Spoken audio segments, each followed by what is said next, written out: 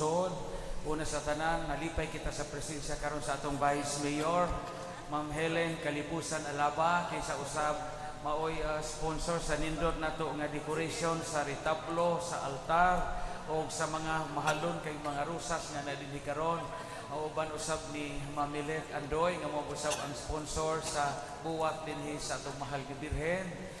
Atong mga municipal kagawad nga dinhi karon, pagtahod nako kagawad Catherine Udal, kagawad Miriam Saranillo, o tingali na po'y mga sakop sa SB nga naadiha sa likod. Wa si Mayor no, to sa Manila. Atong mahal Mayor to adito sa Manila. Mga heads of organizations and personnel and institutions sa atong LGU sa Lobo. Ingon man usab akong pagtahod sa mga opisyalis sa atong parokya, atong Parish Pastoral Council Chairperson Ma'am Salve Barque Silagan, sa atong Parish Finance Council Chairman ng Nara Taldo, mga kadakuan sa mga kabarangayan, Father Rene and Father Romy, katauhan sa Dios, minahal ko mga Lubukanon, mga bisita, mga pilgrims ug Marian devotees, kaninjong tanan sa makausap. Good morning. Viva Nuestra Señora de Guadalupe de Mexico.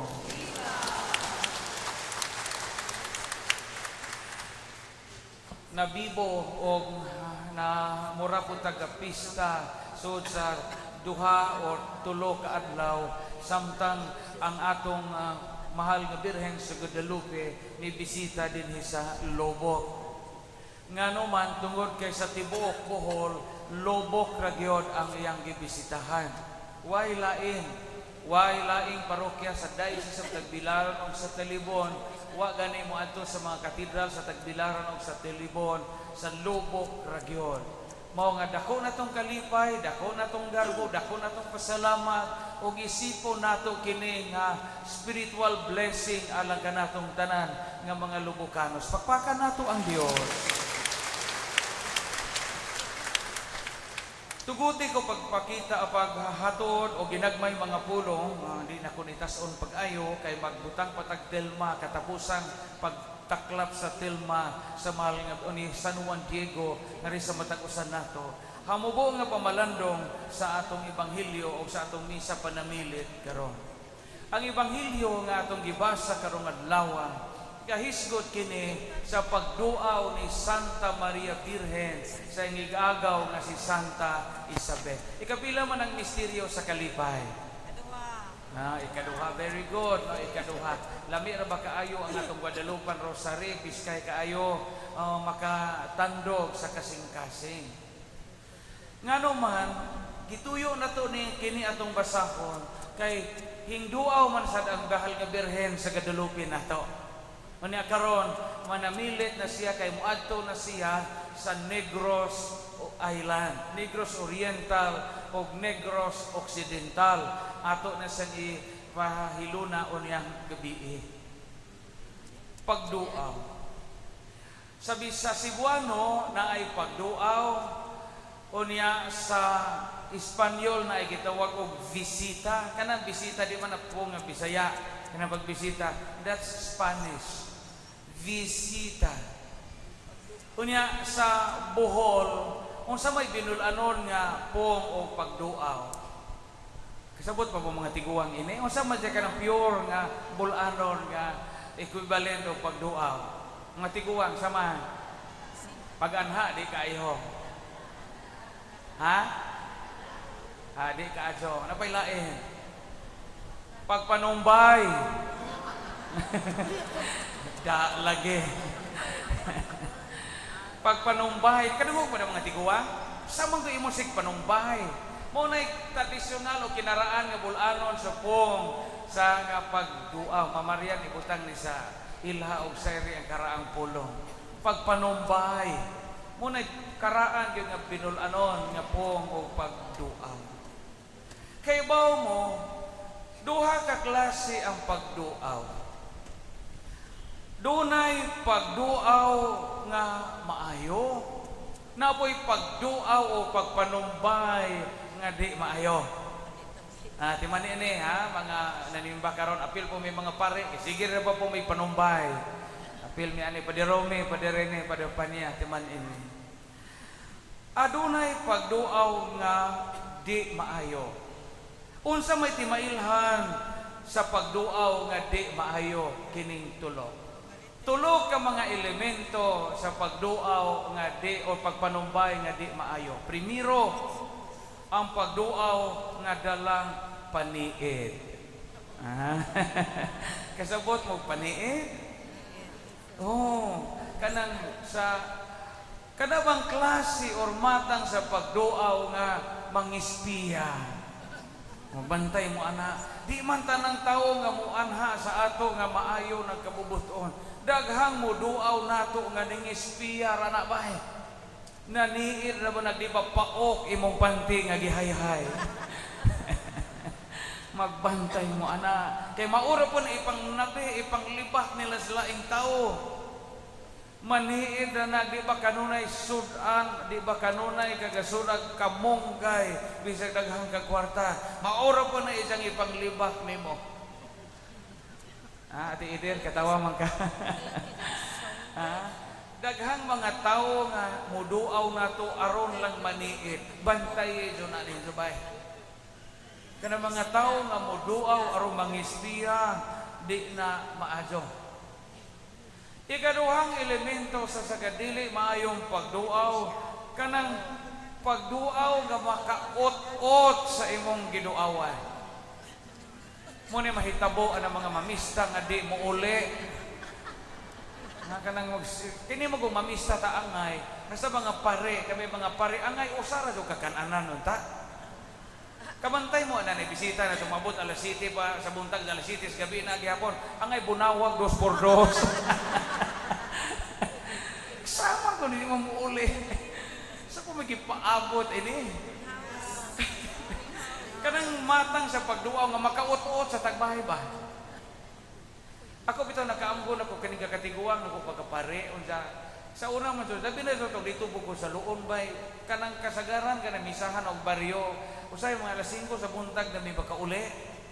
Nakaroon nakahunaw ko mga luuya sa tagbahay bitaw nga manghugas pa, manghipos pa. Jadi man dyan na may uli na pader. Kaya pare ko na mahadlok ko nagabaan. Muna sa muna nilang kapuya dugang pader sa alas 4 na sa kaadlawon niya mo ato pag tagbilaran kay mo duty, mo ato pag munisipyo kay mo report.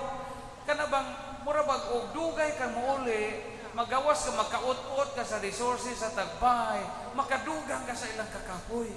Imbes na lipay sila nga imong gibisitahan, ilang hininong kang gitungo, mamatay pa o kang paria ka. Di ba? Na ay mga tao nga muduaw, nga makaot-ot. Makaot-ot ba? Makahurot sa atong kusog, makahurot sa atong kahago, makahurot sa atong resources. Imbis ka gasalin kag kusahos para sa imong igagaw, mamuanha sunod simana, imbis gasalin kag crispy pata, diamo tanan hasta ireng hinglayas. Gigikaon sa pare nga dugay mo uli. Makaot-ot. Kaya ba ito istorya? Bo nawali na ba kanin? Nawali ni Ninaho, pero kiskay po na ibalikon. Dihay duha ka, manoistahay nga kanang laog lagi ka aso. Kanang may di mo uli ba? Tiluon dyan ang butang sa tagbay. Kumpare sila na puro baguan nilang asawa. Namista sila atong bayas. Sos kay kana lagi kung di mo uli o di mahurot, nagabihan naman sila. Giingnan sila mga asawa nga sa mo uli. Kay mga buguan do ilang mga asawa. So sige lagi kaon, sige giinom. Nagabihan alas 8 na sa gabi kay gidaginot pa jud panihapon. So say sa jamo na mo jud matilo, mantika na mo jud nahibilin, nagtikuang na tong kaha, yung tanapre. So paggawas sila kay mingaw na jamo na sakyanan. Jamo ni sakyanan di sa may lang himo. Aron di sila mabunawan sila mga asawa, nanguli jud sila kabagtas. So kay kinang bisag unsa boy kanon, bisag unsa sagol-sagol na salad, pansit, hinumpa, di daguok at diyan gipangkalibang nga nang gihibos. Nag-asa mata mo ang kalibangon ako aso pre. Ako po pre kalibangon ako kaaso. O diyan mo joy laing dapit pista go daghang tao ang mga kadalanan.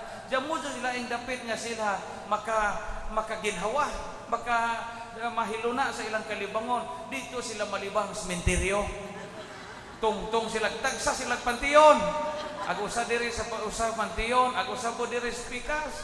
Pag human nila kalibak, kaigit sa sila, igit ka igit og ngana gyud. Ag usa sa may ijang ilo di, ija ra pong brief. Ire pag human palibak. Ag usa pod ngit-ngit man kay interior god, hubot bisag unsa ijang mailo dito, palibak. Sus na uli sila. Uli pagkaugma nagakita ilang duha ka asawa. Iyon, kumari raman silang mare.